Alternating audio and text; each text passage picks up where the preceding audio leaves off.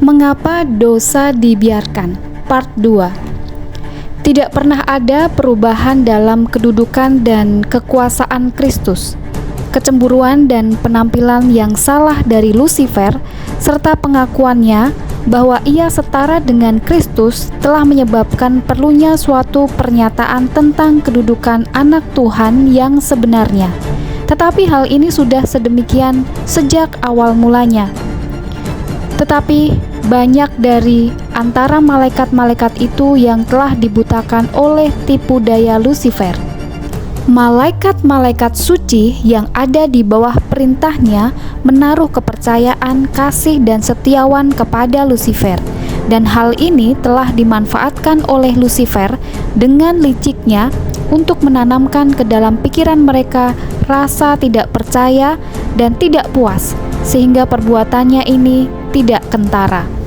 Lucifer telah membeberkan maksud-maksud Tuhan dengan penerangan yang keliru, sambil memutarbalikkan untuk membangkitkan rasa tidak puas dan perlawanan.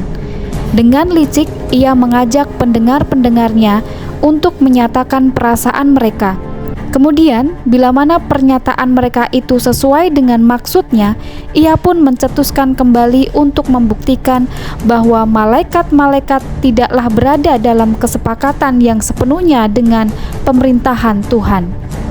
Sementara mengaku diri setia kepada Tuhan, ia mengatakan bahwa perubahan-perubahan dalam peraturan serta undang-undang surga perlu ditiadakan demi keutuhan pemerintahan ilahi.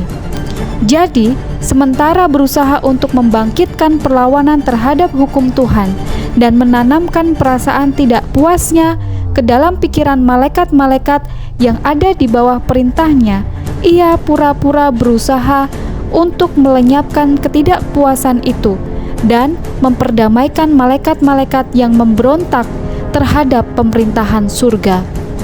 Sementara dengan diam-diam menimbulkan keonaran dan pemberontakan, dengan liciknya ia berbuat seolah-olah tujuan satu-satunya adalah memupuk kesetiaan serta memelihara keselarasan dan perdamaian. Roh ketidakpuasan yang dibangkitkan dengan cara demikian itu telah mendatangkan akibat yang buruk.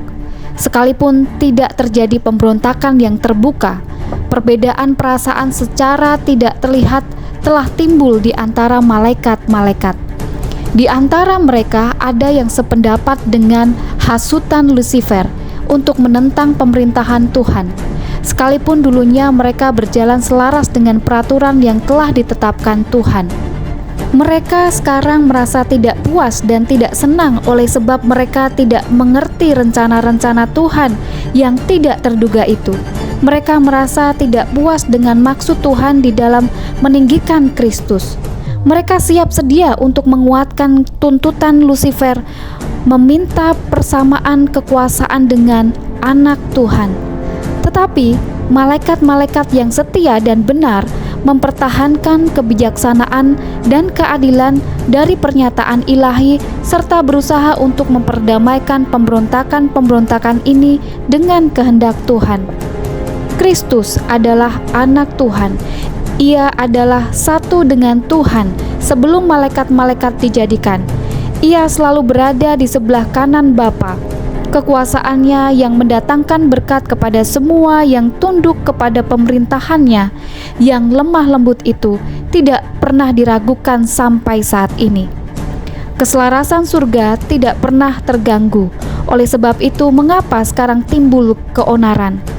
Malaikat-malaikat setia hanya dapat melihat adanya akibat-akibat yang mengerikan dari kekacauan ini, dan dengan bujukan yang sungguh-sungguh mereka menasehati pemberontak-pemberontak ini supaya membatalkan tujuan mereka dan menyatakan diri mereka setia kepada Tuhan dan mentaati pemerintahannya. Di dalam rahmat-Nya yang besar, sesuai dengan sifat keilahiannya, Tuhan bersikap sabar terhadap Lucifer. Roh ketidakpuasannya dan kebencian tadinya tidak pernah dikenal di surga.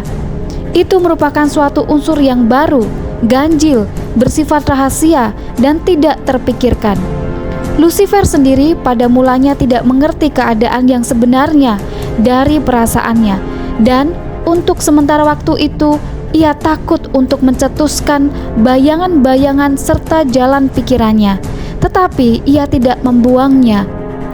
Ia tidak tahu kemana ia sedang hanyut. Tetapi usaha yang hanya dapat diadakan oleh hikmat serta kasih yang tidak terbatas itu telah diadakan untuk meyakinkan dia akan kesaksiannya. Kebenciannya itu terbukti tanpa sebab, dan kepadanya diberitahukan apa akibatnya bila ia tetap memberontak. Lucifer telah diyakinkan bahwa ia berada di pihak yang salah.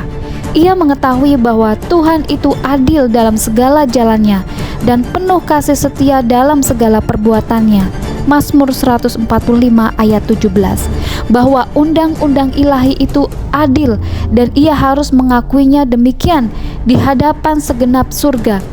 Kalau saja ia sudah berbuat demikian, maka ia telah menyelamatkan dirinya dan juga banyak malaikat lain. Waktu itu ia belum sama sekali memutuskan kesetiaannya kepada Tuhan. Walaupun ia sudah meninggalkan kedudukannya sebagai kerubium yang menaungi, tetapi kalau saja ia mau kembali kepada Tuhan, mengakui kebijaksanaan Khaliknya, dan merasa puas dengan kedudukan yang telah ditentukan baginya di dalam rencana Tuhan yang besar itu, ia akan dikembalikan ke jabatannya yang semula. Saatnya telah tiba untuk satu keputusan yang terakhir. Ia harus dengan sepenuhnya taat kepada pemerintahan ilahi atau menempatkan dirinya di dalam pemberontakan yang terbuka. Ia nyaris mengambil keputusan untuk kembali, tetapi kesombongan telah mencegahnya. Ia merasa adalah suatu pengorbanan yang terlalu besar bagi satu makhluk yang pernah mendapat kehormatan yang terlalu besar bagi satu makhluk yang pernah mendapat kehormatan yang tinggi untuk mengakui bahwa ia bersalah, bahwa pendapatnya keliru, dan tunduk kepada kekuasaan yang sedang dicobanya untuk membuktikan ketidakadilannya. Seorang Khalik yang penuh cinta dengan belas kasihan yang dalam terhadap Lucifer dan pengikut-pengikutnya sedang berusaha menarik mereka dari jurang kebinasaan ke tempat mana mereka hampir terjerumus. Tetapi rahmatnya telah disalah tafsirkan. Lucifer menyatakan bahwa kesabaran Tuhan itu adalah satu bukti keunggulannya, suatu bukti bahwa Raja alam semesta akan memenuhi tuntutannya.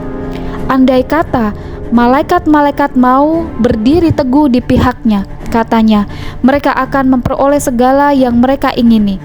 Dengan sungguh-sungguh ia mempertahankan rencananya dan benar-benar nekat untuk berperang melawan Khaliknya.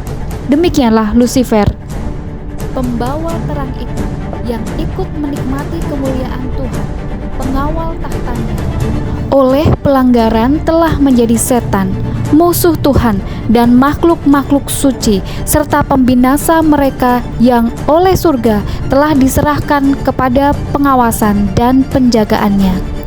Sambil menolak dan mengejek bujukan-bujukan dan penjelasan-penjelasan malaikat-malaikat yang setia, ia menuduh mereka sebagai budak-budak yang tertipu.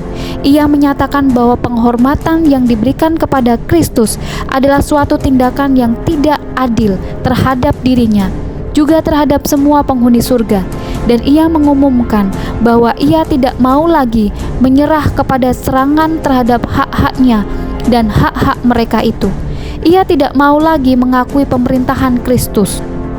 Ia telah bertekad untuk menuntut kehormatan yang seharusnya diberikan kepadanya dan untuk memegang perintah terhadap semua yang mau menjadi pengikutnya. Dan ia menjanjikan kepada mereka yang memihak kepadanya satu pemerintahan yang lebih baik, di mana semua akan menikmati kebebasan. Sejumlah besar malaikat-malaikat telah menyatakan niat mereka untuk menerima dia sebagai pemimpin mereka.